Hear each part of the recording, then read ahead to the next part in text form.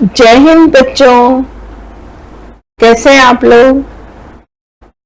अभी हम कक्षा 9वीं के अध्याय 1 विज्ञान विषय हमारे आसपास के पदार्थ, इसके जो बहुविकल्पी प्रश्न परीक्षा में पूछे जाते हैं उनके बारे में पढ़ेंगे।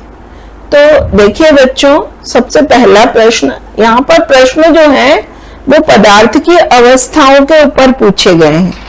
ठीक है, तो पदार्थ की 3 अवस्थाएं होती हैं, ये आपको सबको पता है, ठोस, द्रव और गैस। पदार्थ को क्या कहते हैं और द्रव्य भी कहते हैं। द्रव आधा और य द्रव्य। तो द्रव्य की 3 अवस्थाएं होती हैं, ठोस, द्रव और गैस। या हम यूं भी कह सकते हैं कि पदार्थ की 3 अवस्थाएं होती हैं, ठोस, द्रव और गैस। तो इनके गुणों के ऊपर आधारित ये प्रश्न है। तो थोड़ी सी बातें हमको मालूम होनी चाहिए कि ठोसों के कण बहुत पास पास होते हैं, द्रव के कण कुछ दूर दूर होते हैं, गैसों के कण बहुत ज्यादा दूर दूर होते हैं। पहला नंबर का अंतर हुआ। दूसरा अंतर ये होगा कि ठोस जो होते हैं उनका आकार और आयतन दोनों निश्चित होता है। द्रव जो होते हैं उनका आकार निश्चित नहीं होता है, आयतन निश्चित होता है। जैसे कि दूध है, 1 लीटर दूध आप किसी भी बर्तन में डालेंगे वो 1 लीटर ही रहेगा, लेकिन उसका आयतन परिवर्तित हो रहेगा। आप केतली में दूध लेंगे तो वो केतली के शेप का हो जाएगा। अगर आप दूध को गंजी में लेंगे तो वो गंजी के शेप का हो जाएगा, लोटे में ले लेंगे तो लोटे के शेप का हो सकता है। मतलब द्रव पदार्थ जो होते हैं उनका आयतन तो निश्चित होता है लेकिन आकार बदलता रहता है। और गैस जो होते हैं ना तो उनका आयतन निश्चित होता है और न ही आकार निश्चित होता है। गैसों के कण बहुत दूर दूर तक फैल जाते हैं, यानी कि विसरण करते हैं। जैसे एक इत्र की शीशी को एक कोने में खोलो तो पूरे कमरे में उसकी सुगंध फैल जाती है। तो इस तरह से गैसें सबसे अधिक विसरण करती हैं। द्रवों में भी विसरण का गुण होता है, क्योंकि 2 द्रवों को अगर मिलाएंगे तो वो एक दूसरे में मिल जाते हैं, लेकिन ठोसों में विसरण का गुण नहीं होता है। तो इस तरह से कुछ अंतर हमने देखे। एक और अंतर है कि ठोस के कणों के बीच में आकर्षण सबसे ज्यादा होता है, द्रव के कणों के बीच में आकर्षण अपेक्षाकृत कम होता है, और गैस के अणुओं के बीच में आकर्षण बल बिल्कुल नगण्य होता है। एक और कि गैस को हम संपीड़ित करके दबा दबा के बहुत छोटे स्थान में भी भर सकते हैं। जैसे कि हमारे घरों में जो गैस के सिलेंडर होते हैं उनमें गैसों के संपीड़न वाले गुण के कारण हम उनको छोटे से सिलेंडर में भी भर पाते हैं।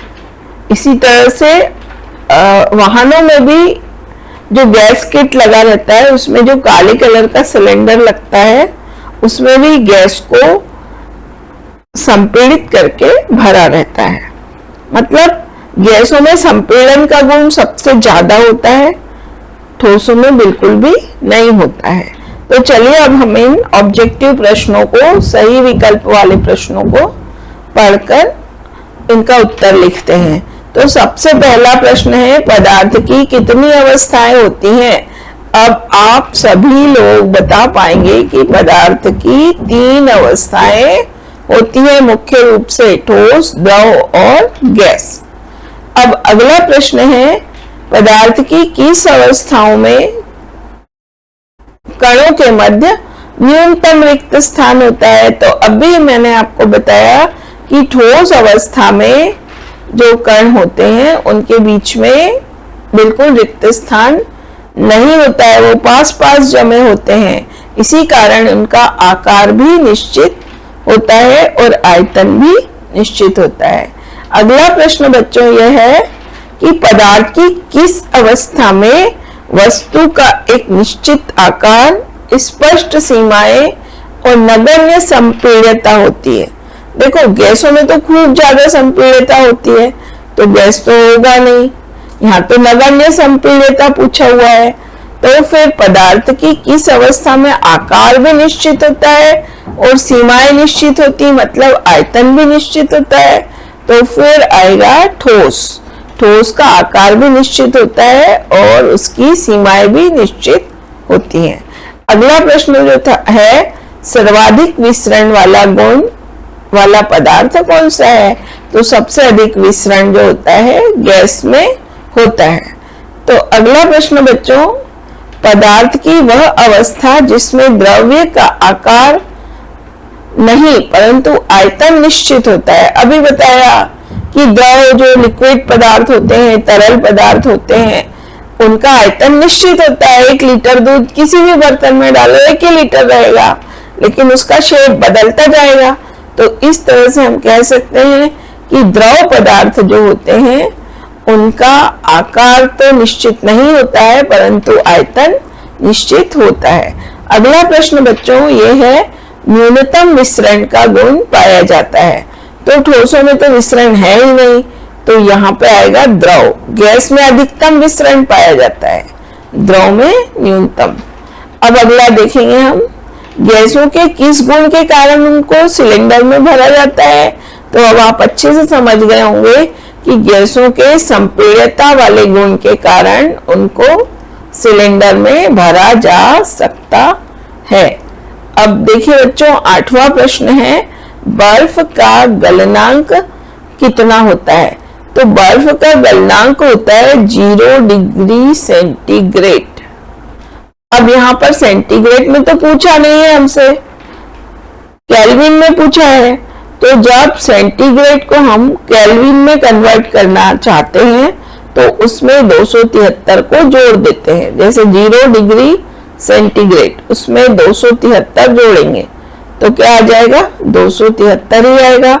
तो बर्फ का गलनांक 273.15, यानी कि ये वाला होगा उत्तर अ।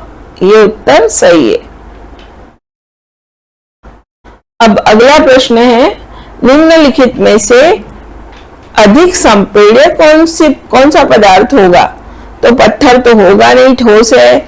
जल द्रव है, लेकिन ऑक्सीजन जो है वो गैस है। रबर सेमी सॉलिड होता है, लेकिन ऑक्सीजन जो है वो गैस है। अतः सबसे अधिक संपीड्य पदार्थ ऑक्सीजन होगा। तो बच्चों अभी ये बहुविकल्पी प्रश्न आप बार बार रिवाइज करेंगे, 2-3 बार, आपको अच्छे से याद हो जाएंगे। जय हिंद।